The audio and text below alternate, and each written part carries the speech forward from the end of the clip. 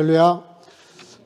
귀한 예배 오신 여러분 진심으로 환영하고 축복합니다. 오늘은 성령 강림절 특별 감사 예배로 드립니다. 또 부득이해서 영상으로 예배 드리는 분들도 환영하고 축복합니다. 우리 옆 사람과 인사합시다. 잘 오셨습니다. 예배 승리합시다. 하나님은 영이시니 예배하는 자가 성령과 진리로 예배를 진실하셨습니다. 이제 여러분 모두를 성부와 성자와 성령 이름으로 진심으로 예배 초대합니다. 다 같이 신앙 고백하심으로 주일 예배 시작하겠습니다. 전능하사 천지를 만드신 하나님 아버지를 내가 믿사오며 그 외아들 우리 주 예수 그리스도를 믿사오니 이는 성령으로 잉태하사 동정녀 마리아에게 나시고 본디오 빌라도에게 고난을 받으사 십자가에 못 박혀 죽으시고 장사한 지 사흘 만에 죽은 자 가운데서 다시 살아나시며 하늘에 오르사 전능하신 하나님 우편에 앉아 계시다가 저로서 산자와 죽은 자를 심판하려 오시리라. 성령을 믿사오며 거룩한 공예와 성도가 서로 교통하는 것과 죄를 사하여 주시는 것과 몸이 다시 사는 것과 영원히 사는 것을 믿사옵나이다. 아멘. 자리에 앉으시고 찬송가 171장을 다 같이 부르시겠습니다.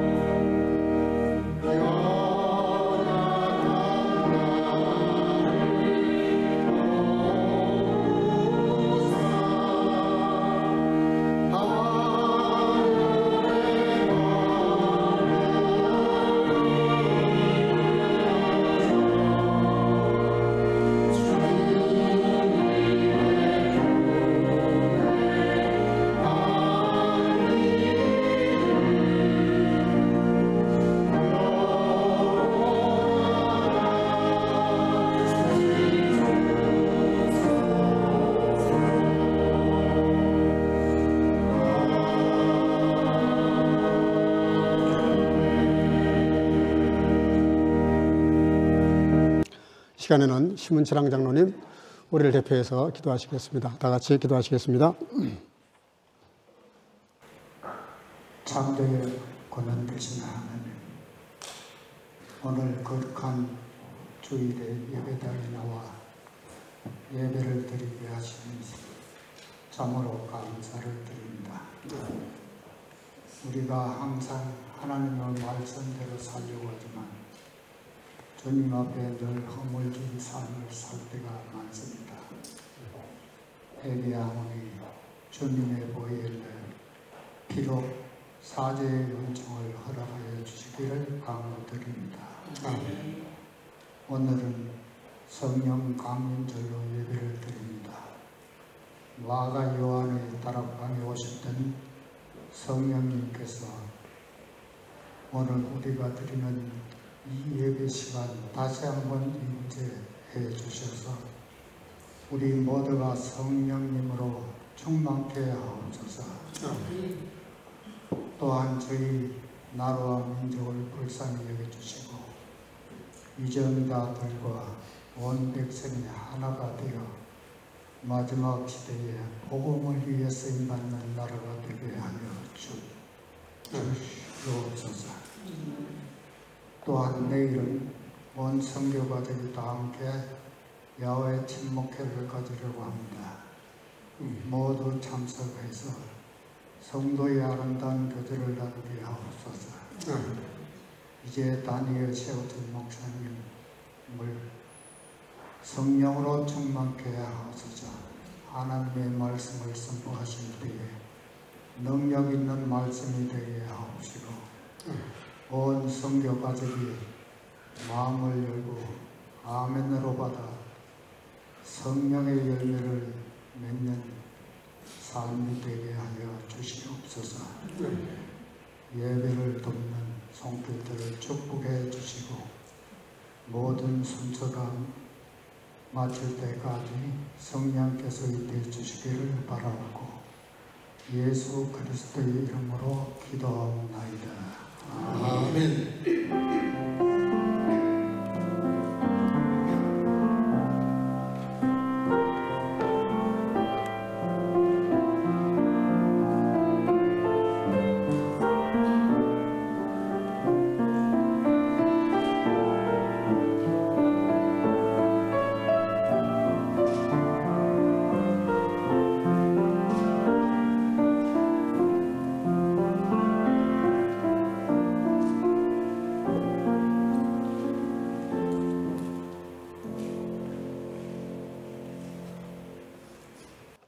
하나님 말씀 요한복음 16장 13절 14절 함께 다 같이 합독을 하겠습니다. 다 같이 보시겠습니다. 그러하나 진리의 성령이 오시면 그가 너희를 모든 진리 가운데로 인도하시리니 그가 자유로 말하지 않고 오직 듣는 것을 말하시며 장래일을 너희에게 알리시리라. 그가 내 영광을 나타내리니 내 것을 가지고 너희에게 알리겠습니다. 아멘. 자리에 앉으시고 성가대 찬양을 통해서 하나님께 영광을 올리겠습니다.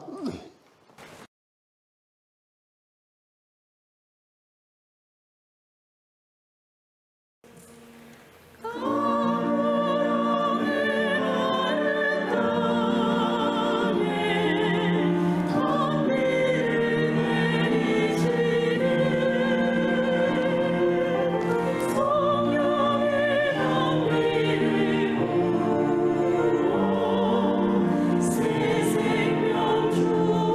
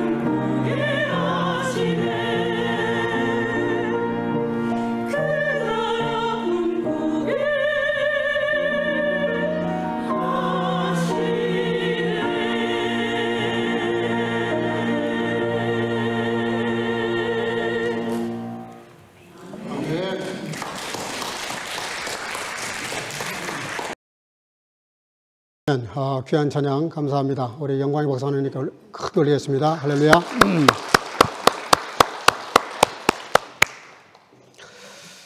초대교회 7가지 특징이라는 글이 있어서 가져왔습니다. 좋은 교회는 어떤 교회냐?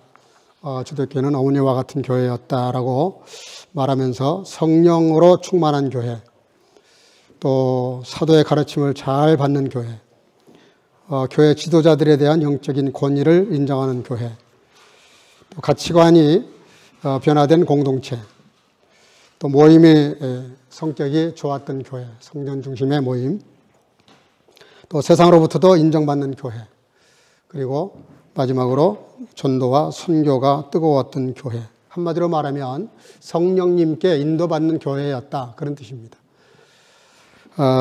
우리 사도행전 2장 1절을 보면은 그 성령께서 이 땅에 오신 모습을 잘 묘사를 했습니다. 간단히 생각을 해보면 호련히 하늘로부터 급하고 강한 바람, 그와 같은 그런 소리가 있어 저희 앉은 집에 온 집에 가득했다.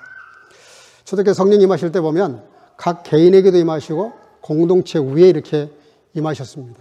그래서 성령께서는 늘 교회를 통해서 일하시기를 기뻐하시고 또 개개인의 은사를 사용하시기를 좋아하십니다.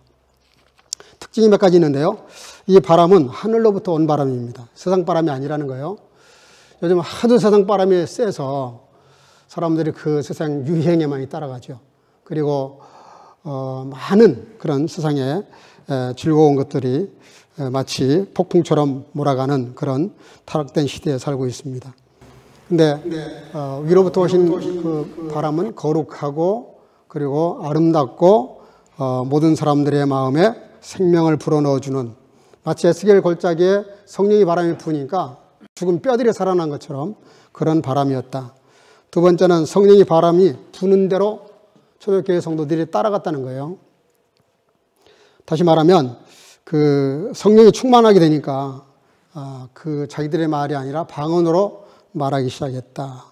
이게 무슨 얘기냐면 말 한마디 하는 것조차도 자기 생각으로 하지 않고 성령께서 인도하시는 대로 말을 하더라는 거죠. 세 번째는 비전을 갖게 하는 바람이라는 것이죠. 17절에 보면 베드로가 말씀을 증거하면서 이런 말합니다. 너희의 자녀들은 애언할 것이요, 너희 젊은이들은 환상을 볼 것이고 너희 늙은이들은 꿈을 꾸릴 것이다. 젊은 사람들이 꿈을 꾸고 나이 드신 분들이 환상을 볼 것 같은데 나이 드신 분들이 꿈을 꾼다는 거예요. 새로운 꿈을. 무슨 얘기냐면 성령께서는 사람들의 상식 이상의 역사를 하신다는 거죠. 네 번째는 성령이 바람을 불면 능력이 임한다, 그렇게 말씀을 하십니다. 예를 들면 평생을 고기잡이 하던 베드로가 하루아침에 성령 받고 나니까 확 달라집니다. 저 사람이 진짜 갈릴리에서 고기 잡던 사람 맞아? 할 정도로 그 말씀과 진리를 전할 때 엄청난 반향을 일으키게 됩니다. 그리고 또 성령께서 어떻게 오셨냐면 3절에 보면 불의 혀같이 갈라지는 것이 저에게 보여 각 사람 위에 임하여 있더니, 불처럼 임하셨습니다. 바람처럼 임하시고 불처럼 임했다. 두 개 합치게 되면 어떻게 되는 거죠? 큰 불 나는 거죠. 불 난 것도 엄청난 건데 바람이 불어버리면 모든 집으로 옮겨 붙습니다. 또 온 산을 다 태워버리죠.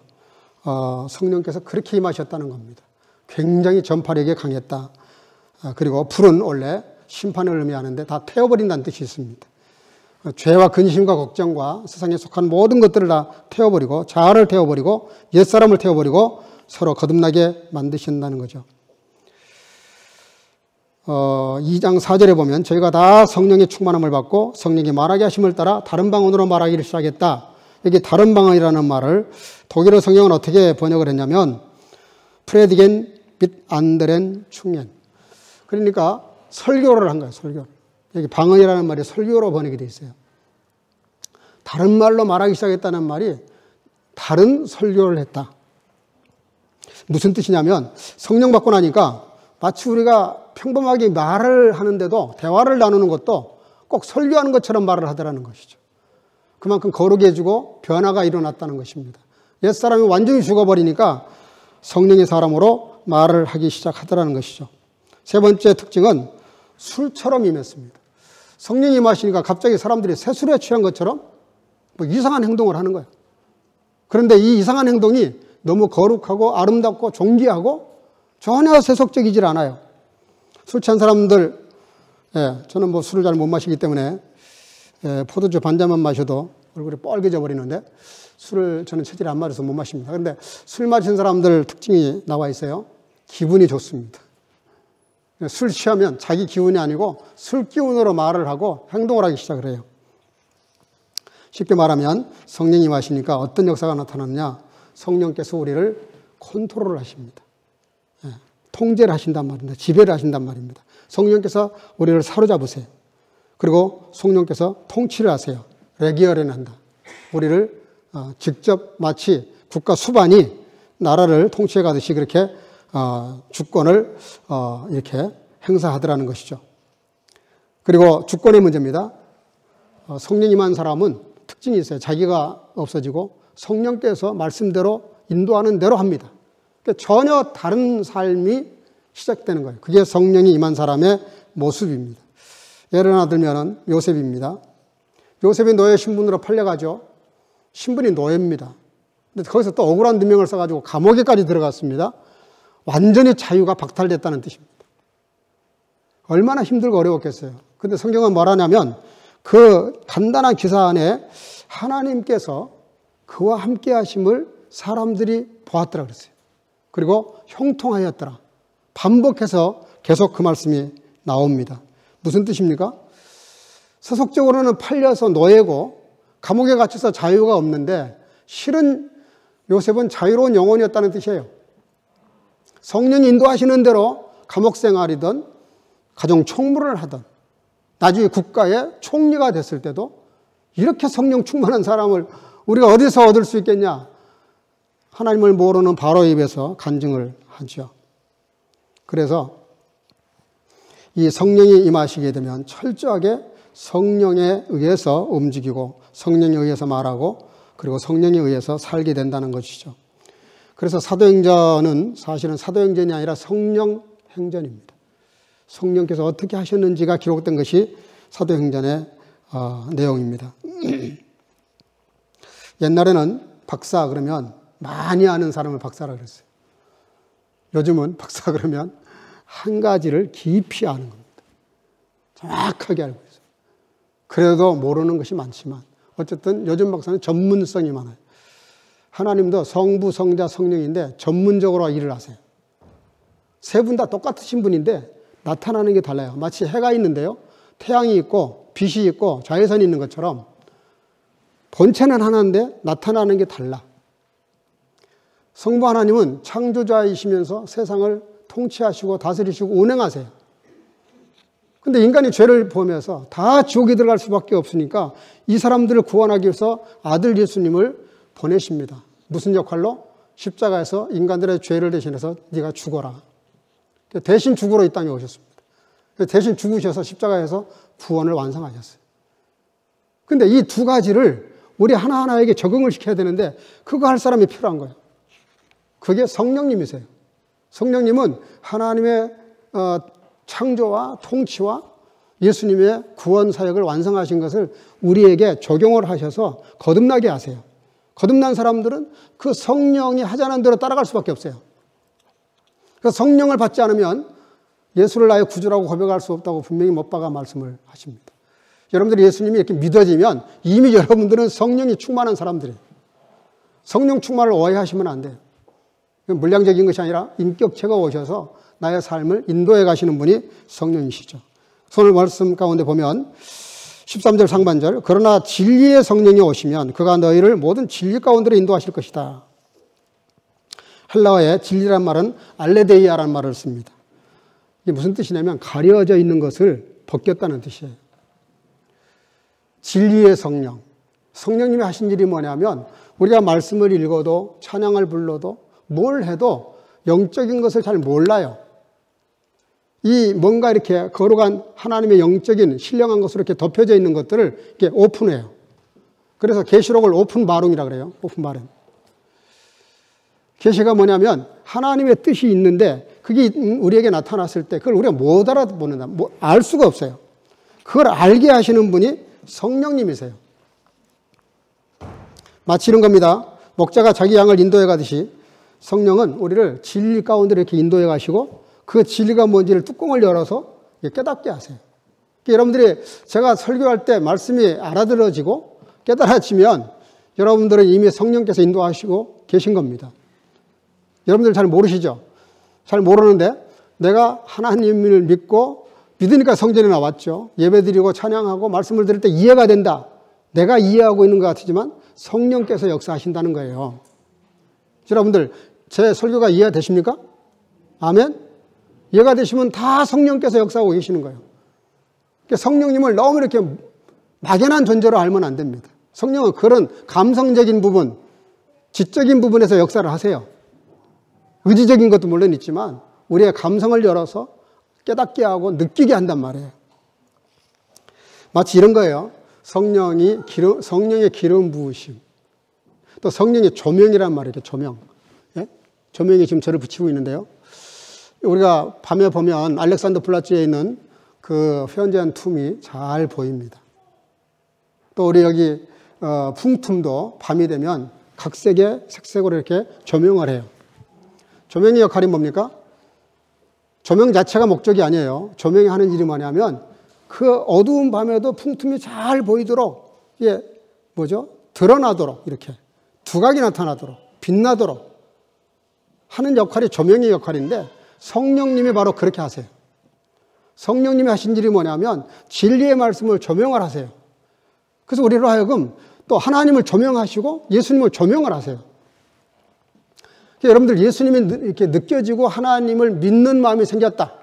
내 마음에 늘 성령으로 말씀이 이렇게 묵상이 된다. 그러면 여러분들은 성령께서 이미 조명을 하고 계시는 거예요. 성령이 역사하시기 때문에 그게 예수님이 돋보이고 십자가 사건이 나에게 다가오고 깨달아지는 거예요. 그런데 뭐라고 말씀하시냐면 성령님은 혼자 일하시지 않고 말씀과 함께 일하신다. 진리의 성령. 그래서 진리가 뭡니까? 알레데이아, 하나님 말씀인데 하나님의 말씀과 더불어 성령은 일을 하십니다. 일을 하시는데 우리로 하여금 하나님을 조명해서 이렇게 진리를 조명해서 깨닫게 하신단 말이에요. 가끔 누가 꿈을 꿨다, 환상을 봤다, 나만 계시를 받았다 이러면서 이상한 소리 하는 분들이 있어요. 속으면 안 됩니다. 성령은 누구 한 사람에게 특별히 그 사람한테 성령이 없는 내용을 계시하지 않아요. 이미 성경은 끝났어요. 성경이 없는 얘기하면 그건 무조건 사입이에요. 성경이 있는 말씀 가지고 근거해서 정확하게 말씀하셔야 돼요.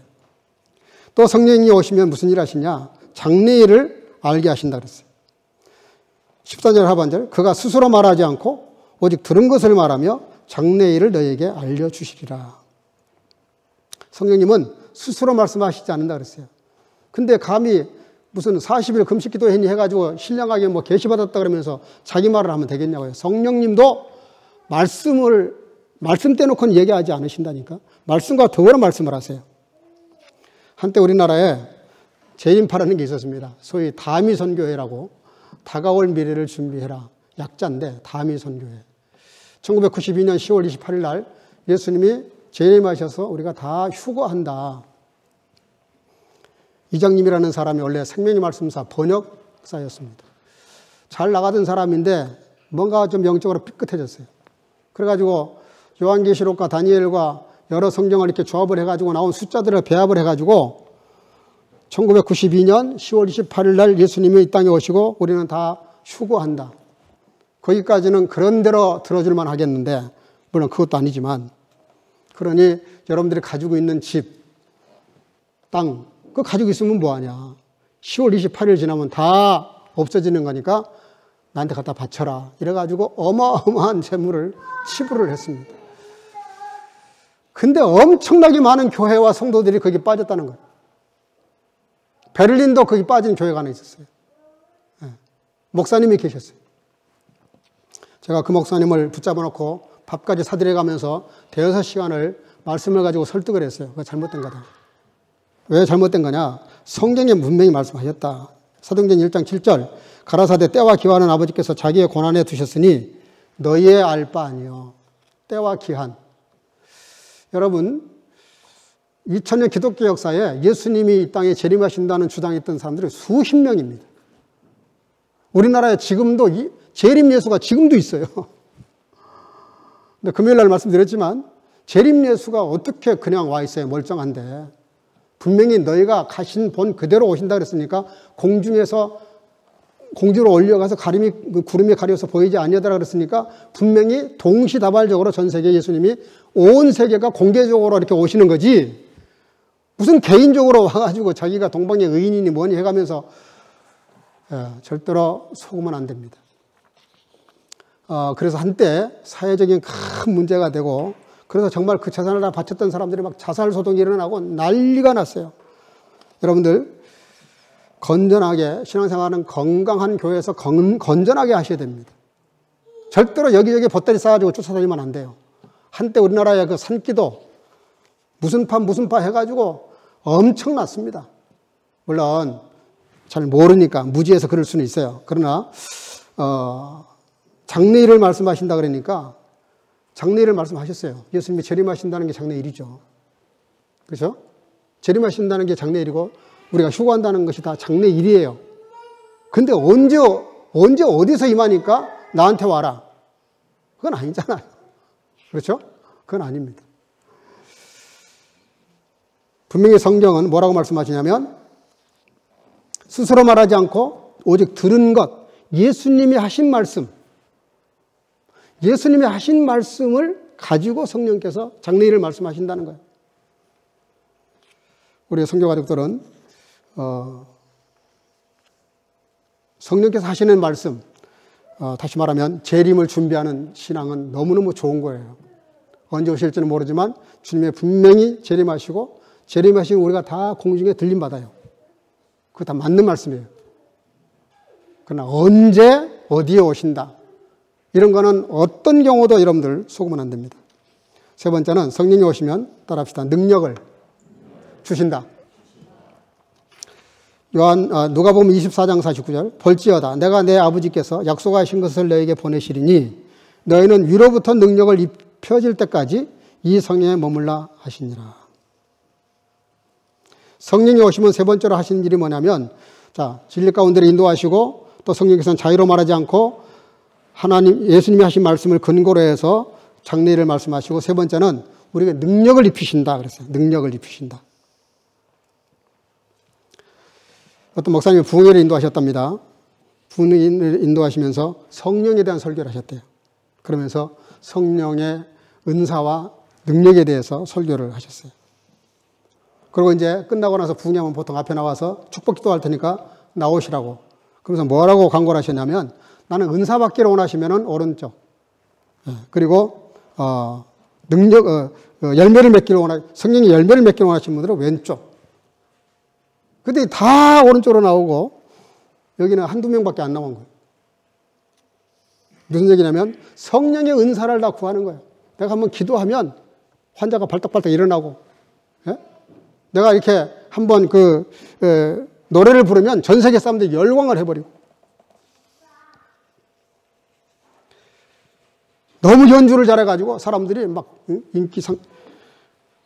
또 운동을 지나치게 잘한다든지, 다 이 은사에 속한 거예요, 사실은. 근데 여러분들, 은사가 많은데도 불구하고 성령으로 거듭나지 못하면 그 은사가 잘못 사용될 수 있습니다. 은사보다 더 중요한 것은 그 성령의 은혜와 능력으로 열매를 맺는 거예요, 열매를 맺는다는 게 뭡니까? 은사를 받은 사람이 성령으로 거듭나서 말씀으로 인도를 받아서 단련받고 훈련받고 다듬어지지 않으면 그 은사가 잘못 사용되어질 수 있어요. 한때 우리나라에 그런 일이 많았어요. 은사 받았던 이 은사파들이 정말 많은 말썽을 일으켰어요. 능력은 다른 은사로들은 많은데 이 은사를 가지고 제대로 쓰지를 못해. 잘못된 데 쓴단 말입니다. 예를 들면 갈릴리에서 고기 잡던 베드로, 정말 바다의 마이스터, 그 사람은 정말 고기 잡는 은사가 있었어요. 근데 그날은 고기 한 마리도 못 잡았다 예수님 만나가지고 주님을 따르게 되죠. 근데 말씀을 깨닫지를 못하니까 그 은사를 가지고 너는 이제부터는 사람을 낚는 어부가 될 것이다. 그렇게 예수님께서 직접 축복을 해주셨는데 베드로가 예수님 따라다니면서 사람을 낚는 어부 노릇을 하나도 못합니다. 예수님께 직접 배웠는데 계속 이렇게 훈련되고 있는데도 한 사람도 전도를 못해요. 오히려 예수님이 고난당하니까 모른다고 3번 부인하고 갈릴리로 고기 잡으러 가버립니다. 왜 그래요? 성령이 임하시지를 못하니까, 성령이 임해서 그의 마음을 주장하지를 못하니까, 통치하지를 못하니까, 안 하니까 아무 열매가 없는 거예요. 그런데 그렇게 예수님을 부인했던 베드로가 마가요 다락방에서 성령 받고 나니까 어떻게 달라집니까? 완전히 사람이 바뀌어버려요. 그 한 번 설교하는데 3,000명이 회개했다는 말이 말이 됩니까? 지금도 그런 능력 받은 사람 없어요. 그게 뭐예요? 성령이 임하니까 능력이 입혀지니까, 능력이 입혀지니까 그 설교에 힘이 있고 엄청나게 많은 사람들이 반향을 일으키면서 엄청난 열매를 맺게 됩니다. 여러분들, 내가 뭔가를 잘하는데 거룩한 열매가 없으면 기도해 보셔야 됩니다. 내가 은사는 있는데 이 은사가 하나님이 기뻐하시는 뜻대로 사용되지 않고 있다면 기도해야 돼요. 성령의 은혜가 임해야 돼요. 그리고 본문 14절인데요. 그가 내 영광을 나타내리니 내 것을 가지고 너희에게 알리겠습니다.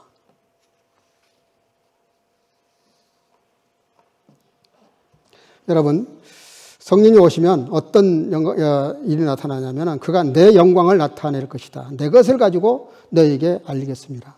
계속 반복되는 게 뭐예요? 성령님이 독자적으로 일을 하시는데 꼭 예수님 뭐라 그래요? 내 것, 내가 전한 말씀, 내가 너희들에게 준 진리, 이걸 가지고 성령이 역사하신다는 겁니다.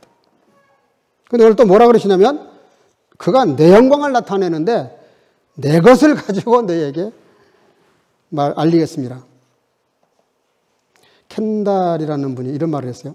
하나님과 가까워지는 가장 좋은 방법은, 그러면 뭘 것 같아요? 하나님과 내가 가까워지는 방법이 뭐가 있을까요? 이분은 이렇게 말했어요. 나를 죽일 듯이 미워하는 적을 만남으로써 예수님처럼 산다는 것이 어떤 것인지를 배워가는 것이다. 그러면서 참 희한한 말을 했습니다. 내가 하나님과 가까워지는 방법이 뭐냐? 누군가가 나를 죽도록 미워해요. 시기하거나 질투하거나 미워해요. 못 살게 굴어, 나를. 그런 사람을 내가 만나서 어떻게 내가 이거를 극복할 건가? 세상적인 방법이 아니라 말씀대로 성령이 이끄시는 대로 사랑으로 이걸 어떻게 내가 반응할 것인가? 이걸 잘하면 하나님과 가까워지는 최선의 방법이다. 그렇게 말했어요. 예를 하나 들어볼게요. 다윗이 어린 청년 시절에 벌써 기름 부음을 받았습니다. 임금으로 간택을 받았어요. 그게 여러분들 간단한 얘기 같으죠? 이게 만약에 사울 임금의 귀에 들어가면 그날로 죽을 수 있어요. 기름 부은 사무엘로 죽을 수 있어요. 목숨 걸고 한 거잖아요, 지금.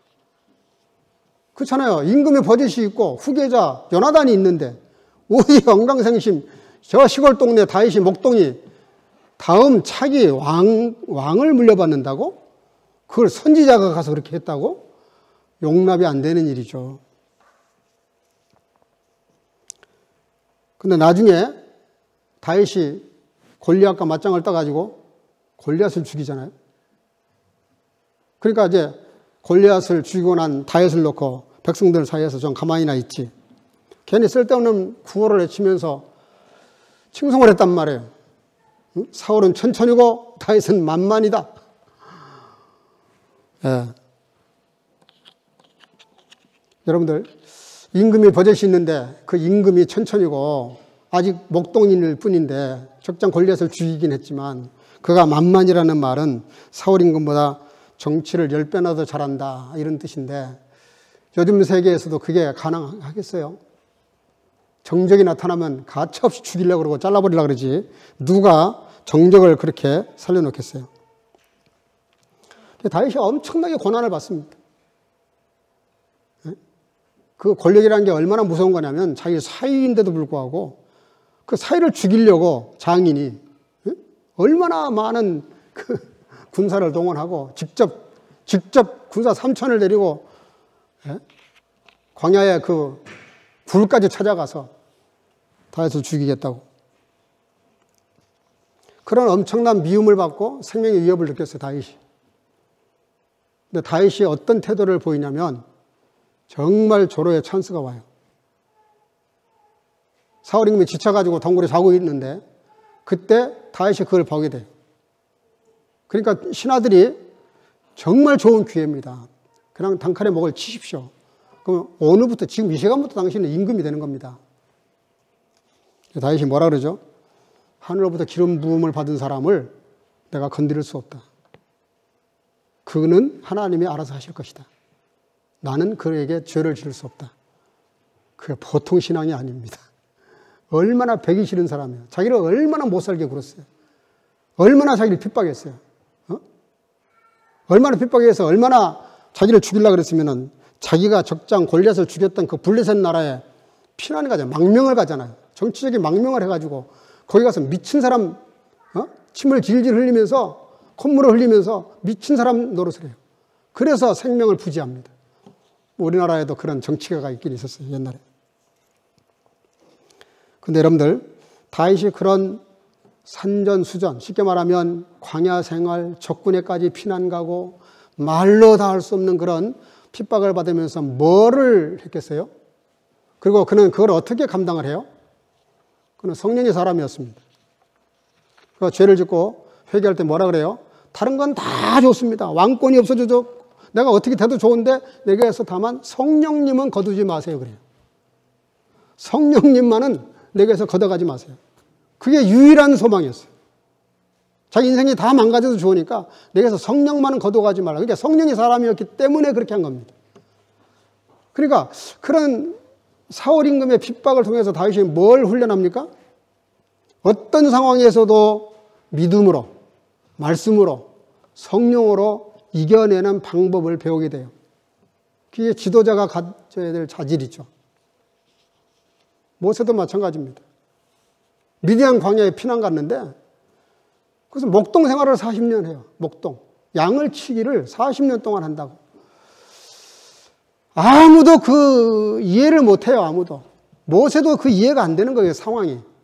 예? 하나님이 왜 나를 이런 식으로 인생을 경영해 가실까? 근데 그 광야 40년, 그러니까 뭐예요? 장인집에서 이렇게 양치기 40년 하면서 뭘 배웠겠어요? 양처럼 어리석은 이스라엘 백성들을 허허벌판 광야에 나왔을 때 그 200만이 넘는 민족을 어떻게 이끌어 갈 것인지 그걸 수업한 겁니다. 정치 수업을 한 거예요. 40년 동안. 여러분,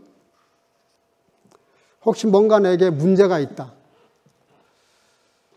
저도 가만히 생각해 보니까 문제가 있을 때 기도를 엄청 많이 했던 것 같아요. 문제가 있을 때 더 말씀을 깊이 묵상했던 것 같아요. 문제가 없고 편안하면 사람이 매너리즘에 빠져가지고 이게 이건지 저건지 이해가 안 되는 이상한 삶을 살아요.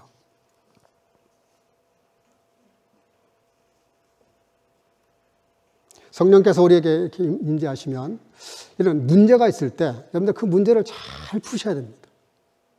기도하는 가운데 말씀을 묵상하면서 정말 하나님의 뜻을 찾고 그리고 성령이 인도하시는 대로 해야 돼요.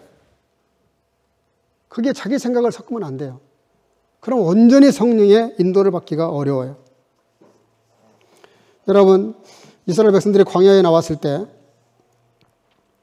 낮에는 너무 뜨거우니까 구름 기둥이 쫙 이렇게 깔아줍니다. 햇빛을 이렇게 막아줘요. 제가 아프리카 갔을 때 영상 50도까지 올라간 적이 있어요.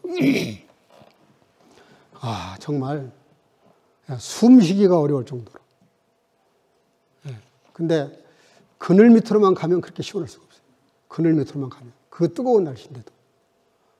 습도가 이렇게 좀 떨어지니까 습도가 많은 날은 찌죠.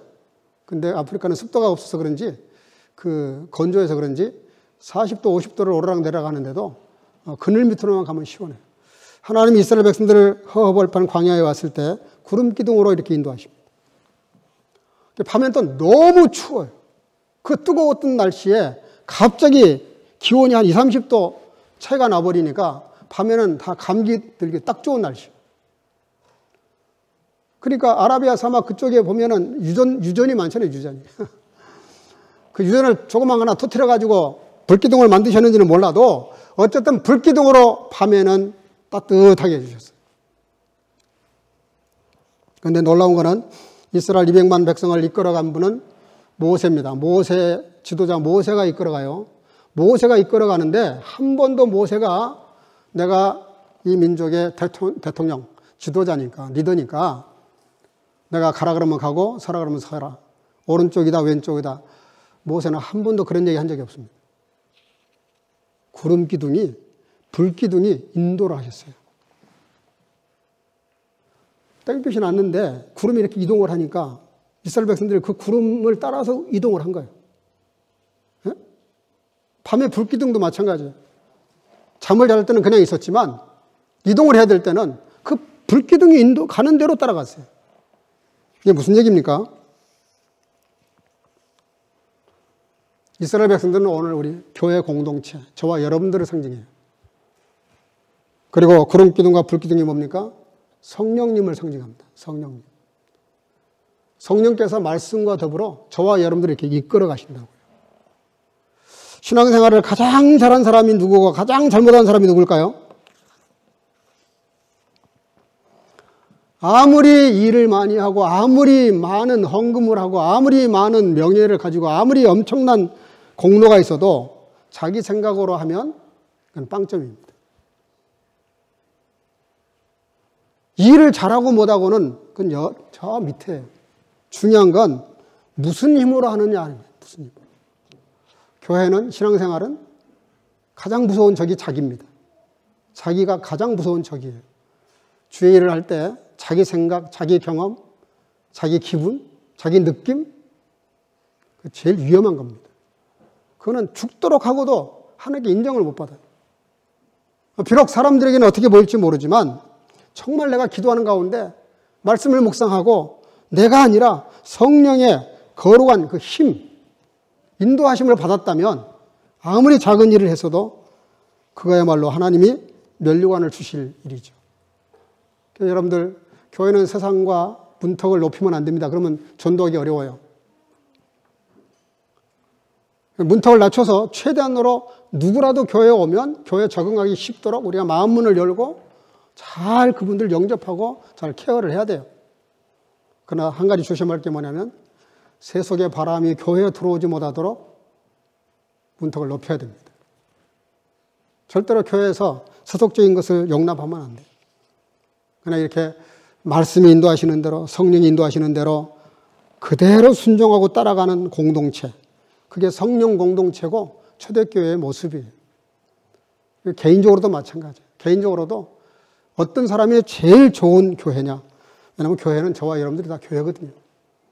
너희가 성령이 거하시는 전인 줄 알지 못하느냐? 고린도전서 6장에 나오잖아요. 우리가 제일 좋은 교회가 되는 비결은 내 생각을 내려놓고 자아를 죽이고 말씀과 더불어 성령의 인도를 받는, 성령의 통제를 받는 사람의 가장 좋은 신앙인이고 하나님이 인정하시는 그런 성도죠. 오늘 성령 강림절에 진리의 성령이 오시면 우리를 진리 가운데로 인도하십니다. 그리고 깨닫게 하시고 장래일을 알게 하시고 예수님이 땅에 오실 것을 대비하게 하고 재림하실 주님을 기대하면서 우리가 휴거될 것을 고대하면서 오늘을 살아가는 것이 그리스도인이죠. 그리고 과거가 아니라 미래를 향한 그런 꿈을 가지고 비전을 가지고 그리고 오늘 말씀대로 주님의 영광을 드러내는 성령님조차도 자기가 아니에요. 예수님을 빛나게 하고 드러나게 하는 것을 성령님이 하셨어요.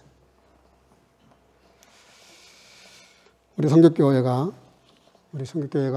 정말 말씀과 성령에 순종을 해서 이 마지막 시대에 우리 죽어가는 자매들, 주변에 죽어가는 영혼들, 또 길을 잃고 방황하는 사람들을 교회로 인도하고 말씀으로 예수님께 인도할 뿐만 아니라 우리 교회가 이 마지막 시대에 동서유럽에 또 코스텔을 통한 선교와 전도 이 사명을 충분히 감당하는 저와 여러분들 되시기를 주의 이름으로 축복합니다.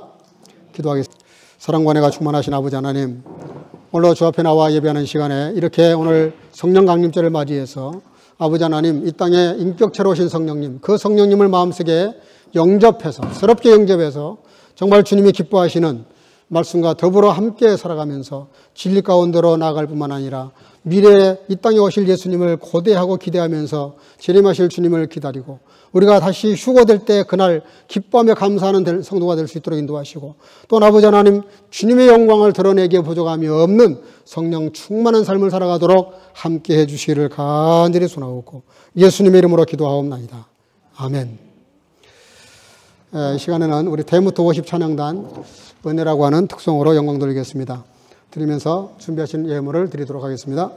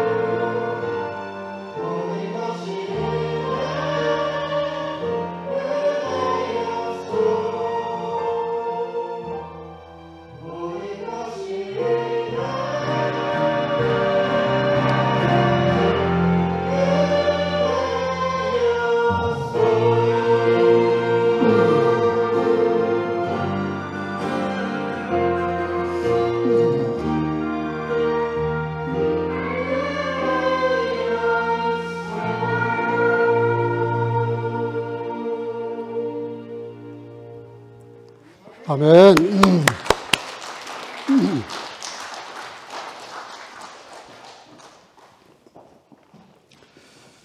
사랑과 은혜가 충만하신 아버지, 은혜 감사합니다. 오늘 주 앞에 나와 예배하는 시간에 여러 모습으로 예물을 드렸습니다. 성령 강림절을 맞이해서 이 땅에 오신 성령님을 환영하고 축하하고 축복하는 마음으로 감상금을 드리는 성도들, 또 11조를 드리는 성도, 또 아버지 하나님 감사 예물을 드리는 성도들, 또한 아버지의 선교와 구제를 위해서 예물을 드리는 성도들, 또 아버지의 온라인으로 예물을 드리는 성도, 또 어린 생명들이 드리는 주일원금, 또 온 성도가 드리는 주일원금 주께서 받으시고 그 각자의 마음을 주께서 아시오니 그 중심을 따라 아버지 갚아주시되 차고 넘치는 복으로 함께해 주셔서 그렇지 않는 인생보다 더 차고 넘치는 인생을 살 뿐만 아니라 많은 사람들을 부유하게 하고도 넉넉한 인생을 살아가도록 언제나 축복하시고 함께 하시기를 간절히 소원하옵고 예수님의 이름으로 축복하고 봉헌하며 기도하옵나이다. 아멘. 네, 몇 가지 안내 말씀을 좀 드리겠습니다. 귀한 찬양 감사합니다. 네, 오늘 이렇게 많은 분들 나오셔서 감사한데 여전히 빠른 분들이 좀 계십니다. 서로 연락해 주시기를 바랍니다. 또 오늘 성령 강림주일을 지켰는데 우리 성교 가족들 더 뜨겁게 나와서 기도할 수 있기를 바랍니다. 내일은 핑스트 몬탁입니다. 쉬는 날인데 우리 전교인 야외 친목회가 있습니다. 부가라고 브릿지 가르텐인데요. 그 파크블라츠가 아인스 슈바이가 있습니다. 아인스 쪽에 그게 아인강이 있습니다. 주소는 모리나 알리 152번지인데 찍으면 금방 그 파옥에서 안내할 겁니다.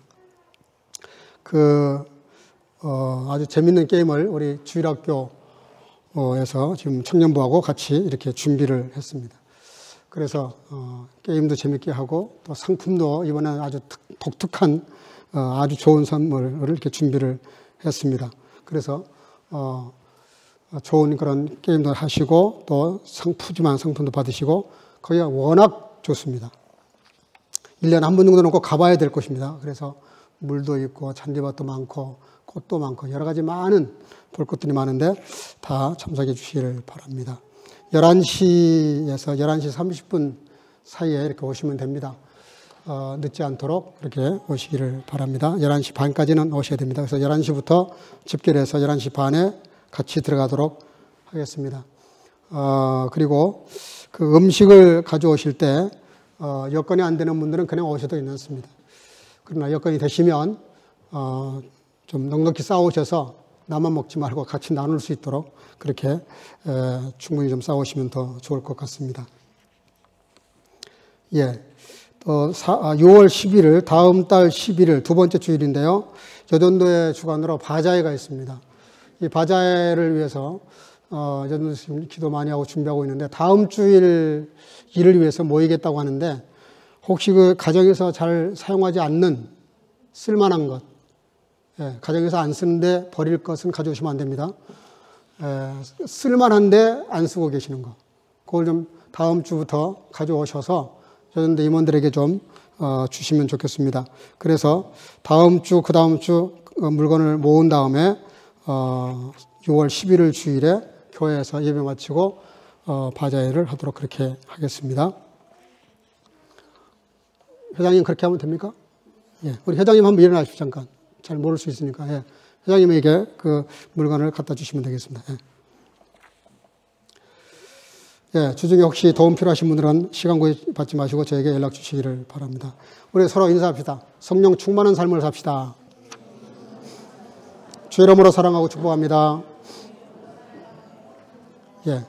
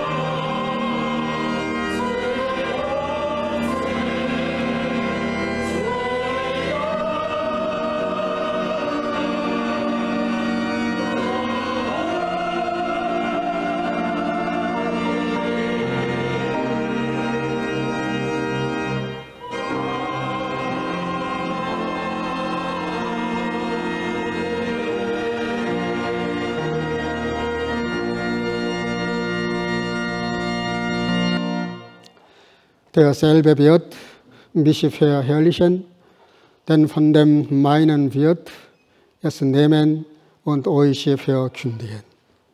Die Gnade unseres Herrn Jesus Christus und die Liebe Gottes und die Gemeinschaft des Heiligen Geistes sei mit euch allen. 아멘.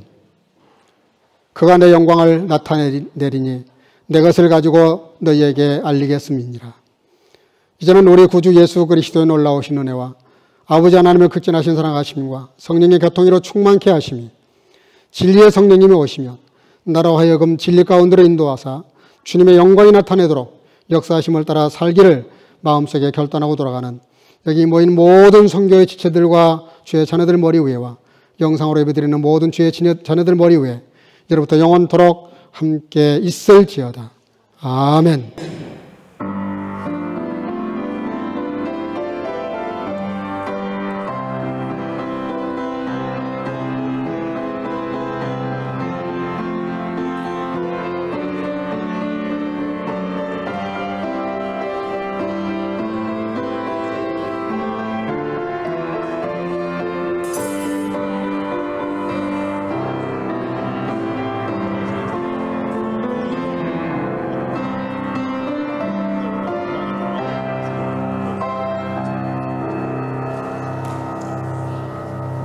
네, 잠깐만 자리에 앉으시고요. 지난 주일날 생일을 맞이하신 분이 있습니다. 이윤희 권사님, 조예빈 자매님, 경경수 형제님. 네. 그리고 이번 주에 이제 한국으로 완전히 귀국하는 아들이 있습니다. 송건혜 형제님. 잠깐 인사할래요? 일어나서. 예, 반갑습니다. 예, 박수를 한번 해주시기 바랍니다. 예. 지금 다른 지역에 있다가 좀 이렇게 귀국하기 위해서 다시 별내에 이렇게 왔습니다. 어떤 명의자매 왔습니다. 예, 인사하세요. 반갑습니다. 예, 생일 맞이하신 우리 권사님 일어나시고, 예빈자매는 안 왔죠? 예빈자매. 우리 경환 형제. 지난주 생일이었습니다. 아이고, 미안해. 자리에 일어나시죠. 예, 일어나시죠. 예, 제가 못 알아봤습니다. 예, 우리 두 분에게 축하하겠습니다.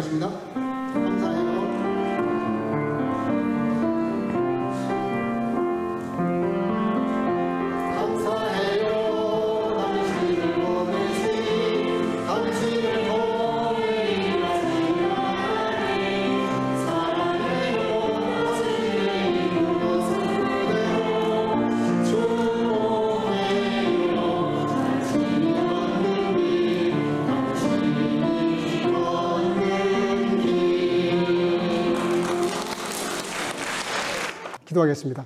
하나님 감사합니다. 예배 잘 마치고 또 생일을 맞이한 참으로 귀한 자녀들을 축복하게 하신 것을 감사합니다. 하나님과 사람 앞에 존귀한 자가 되게 하시고 동행하며 늘 행복하고 유쾌한 인생을 살아가고 영광 영으로 강건케 붙잡아 주시기를 원하옵고 또 이렇게 송건혜 형제님 이제 모든 학문 마치고 한국으로 귀국을 합니다. 그 길을 인도하시고 여호와 이르가 되어 주셔서 장래에 아름다운 영광을 드러내도록 귀한 아들의 삶을 붙잡아 주시고 온 성교가족 오늘 주일을 잘 마쳤는데 내일 또 함께 모여서 교제할 때 다 같이 모여서 아버지 하나님 사랑을 나누고 교제하며 또 아름다운 하나님의 창조한 동산을 감사하면서 한 시간 주님 앞에 기쁨을 누리는 귀한 시간 될 수 있도록 온 성도들의 마음을 모아주시기를 간절히 소원하옵고 한 주간도 주님과 동행하며 승리케 하옵소서. 예수님 이름으로 축복하고 기도하옵나이다. 아멘. 영광의 박수 드리겠습니다.